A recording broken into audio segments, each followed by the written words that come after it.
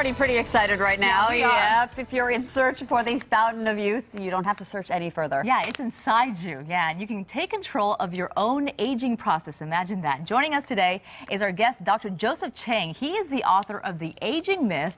Thank you so much for joining us, Dr. Chang. What is the aging myth that we're talking about, first of all? Well, Susie, our moms used to tell us, there's nothing you can do about aging. You're going to get old, and eventually, one day, you're going to die. But I think the science over the last few years is beginning to tell us that actually there's something we can do about the aging process. And it's actually this fountain of youth that we've always been talking about. We've been looking at the wrong place.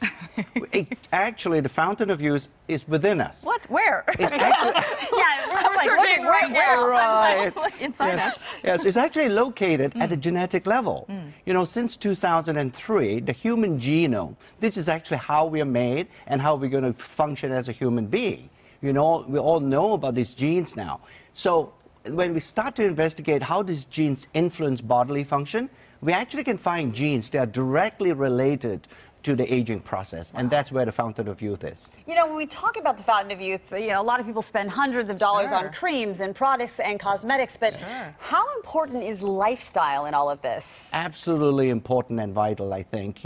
It's difficult to find somebody who's been chronically ill and actually look good, no matter how much cosmetics you put on the body on the outside. So the inside actually influences how you look and how the skin functions. It's great that all of us can use skincare products, but fundamentally, we've got to look inside for how the aging process, even on skin, how we can influence that. Wow. Lifestyle is critical. We talk about exercise all the time. How does exercise play into all this? Exercise is important because what it does is actually when you exercise, the genes in the muscle, they get the signal from the exercise and say, hey, I got to stay young or else this muscle is not going to function in a youthful state. Wow. And that is why that we need to have regular exercise, because it also affects the so-called genetic fountain of youth. So basically keeping your muscles maybe from atrophying, or is that what you're saying? Absolutely, because as we get older and if we don't exercise, and sure, when you're a 50-year-old, you're not going to behave like a 25-year-old. But that doesn't mean that our muscle has to stay at a 50-year-old stage. We can keep it young and we can keep it healthy. And foods are essential. What you put in your body, essentially, maybe what you are. Yes, we heard the old adage, isn't it? You are what you eat. Yes. And clearly, I think it's important, nutrition, how you eat, what you eat, and how you sort of nourish your body. Not to overfeed yourself, but to over-nourish that body. That's the key. With what? Nourish it with what? Give some tips. Nutrients, vitamins, all the fiber, all the trace minerals. We're not talking about macronutrients. We're really talking about a class of nutrients that we, as scientists, we class them as micronutrients. And these would be the vitamins and the minerals. These are absolutely key to be able to stay young and behave youthfully. Dr. Chang, all of us are so stressed out, and if anything gives me gray hairs, I'm sure it's because of stress. That's what we always say. Not that we have gray hair. Yeah, exactly. We don't. Look at this. No, but stress management is also important. It is, and I think there's a need for all the viewers and all to appreciate that a little bit of stress is good. The really bad guy is chronic stress. That's the key. You do not want to get into a state where you are always constantly under stress. Once in a while, our body is built to be able to function under a stressful condition, or else we would not exist as a human species. Well, you talk about then stress levels, but how do you keep the stress down? I mean, you talk about bonding and reading. Yes. So tell us a little bit about what we can do to keep our stress down. I think sleep is important. That's something that most of us in our modern lifestyle, we don't get enough of that. We tend to ignore it because we're so busy. So that's an important thing to remember, to get sufficient sleep.